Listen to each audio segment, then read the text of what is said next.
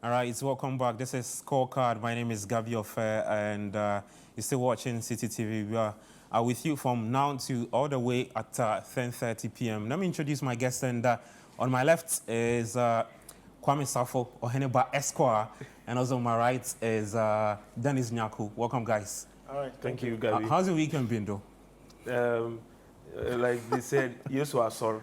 Yes, Pastor.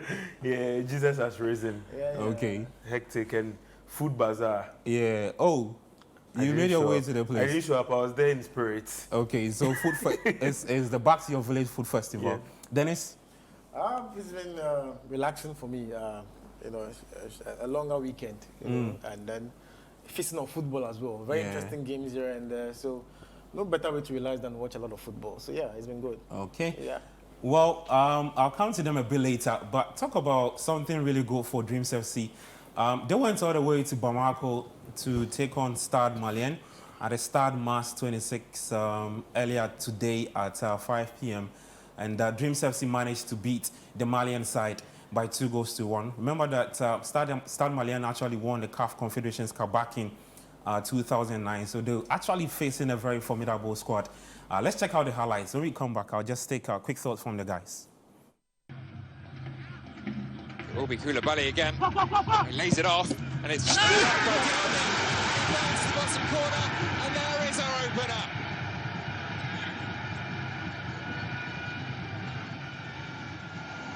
So the knockouts eventually did finish bottom of that group, but a good year for Ghanaian football. Is it going to be a better run? Yes, it is. There's the equaliser. Dreams get their first ever knockout goal on the continent, and it's John Antwi, of course, the captain. He circles back. Another dummy. Shoots on his right instead, deflection. It's appeals for handball from Antwi for it. But certainly Boateng and Antwi made the point so vociferously. The referee's seen enough already. When it doesn't take that long, quite often wonder if the decision is about to be overturned and whether he'll be pointing to the spot. And indeed he does. Antwi versus Traore. A deep breath. And the finish, emphatic. John Antwi has 2. Dreams have 2. Not just 2 goals, but 2 away goals. And they are fully in command. All right, so it was a brace from John Antwi, a very experienced player. He's a former Al-Ahly pyramid striker, and his experience coming to fruition for Dreams FC, giving them 2 goals against Stade Malien. Big result for Dreams FC. Kwame, I actually did not see Dreams getting this far. They are doing something that is absolutely phenomenal, but funnily is going unrecognized or noticed. I feel like the buzz around it is not there yet, but nevertheless, you look at the kind of players they possess, and they actually have good players. Talk of John Antwi, Ajeni Boateng, and Abdulaziz Issa. Yeah. You know that Dreams FC, right from the group stages where they had a group of Rivers United and Club Africain all the way from Tunisia, able to top the group. Thing is, Club Malien were second in their group with RS Berkane topping their group. So it was more of like a first position facing the second position, and they went straight to Mali, made a claim, showed everyone that their performances from the group stages to now has not been a fluke. And one thing about Dreams FC is they've actually been good at home. Yeah. If you watch their games, their group stages, they actually got most of their maximum points from home. And so to have the ability to go to Mali and beat Malien after going a goal down, it shows a lot about their mental fortitude. It shows a lot about the fact that they were not faced by the hostilities. It's you know, the thing about African football is African football can be quite funny sometimes because Malien can come and shock them. But I think with the performances and things we've seen, this is the knockout stage. Yeah. Knockout stage. With what we've seen from Dreams FC so far, I would make the clarion call on people to come and rally behind them, because in the past we've seen the likes of Brecum Chelsea, the likes of clubs which are not predominantly Asante Kotoko or Hearts, do well in Africa, and they've been able to capture the whole country's imagination. I think with Dreams FC, apart from the football lovers or people who follow football, who know what's going on, I think the masses do not know. I think there should be more voices raised around some of the good works they are doing. I think this is the quarterfinal stage. I feel like as they progress, they get to the semi-finals, they get to the finals, they are going to get more people trooping into the stadiums to support them. But kudos to them. And I think, and this is why we need to do well as a country with our local football, because the talent we can pick from here. Off the show, you were telling me about how as Abdulaziz was part of the satellite team. These are the good things they do for us. Ghana is currently struggling with finding an out-and-out number 9. I don't mind you trying John Entry once in a while in there. So I think they should keep up with the work they are doing. I mean, every Ghanaian is proud of them. Well, John Entry has got immense experience. A former player, played with Alali, played with Pyramids FC in the CAF Champions League.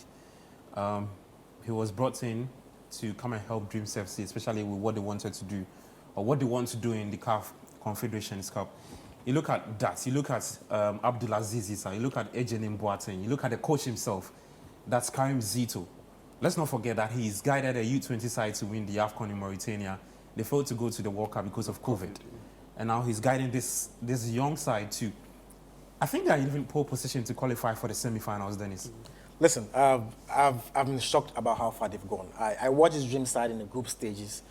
You know, prior to the very first game, we didn't know what to get. We were actually surprised because by virtue of how the local league has been going, you realize that there was not much expectation, you know, even before the whole tournament, the championship started. And for the first time of vaccine, you're in the quarters. Exactly, that's what surprises me, because it's not just about even how they played, it's about how mentally resolute they have been in games that they've even gone down. Look at this Dreams FC team. They've not just won matches, but it's about how they've won the games. They've traveled to, you know, countries and you know, led in games, scored several goals. And it's interesting because for a typical Ghanaian side, we've always talked about the fact that we've been lacking goal scorers, the fact that we go into tournaments and we can't score goals. Even the league, you realize that a lot of the games are drab. So for them to, you know, go into this competition and score a lot of goals actually surprises me. But it's not just here. I remember there was this game that they played in the group stage where they scored 4 goals in the first. So they've been very prolific in front of goal. And you just mentioned John Entry. I feel his experience has been immense. They seem to be they've had a nice breed of experience and young players in there. Abdulaziz is a younger guy, but he's actually very good.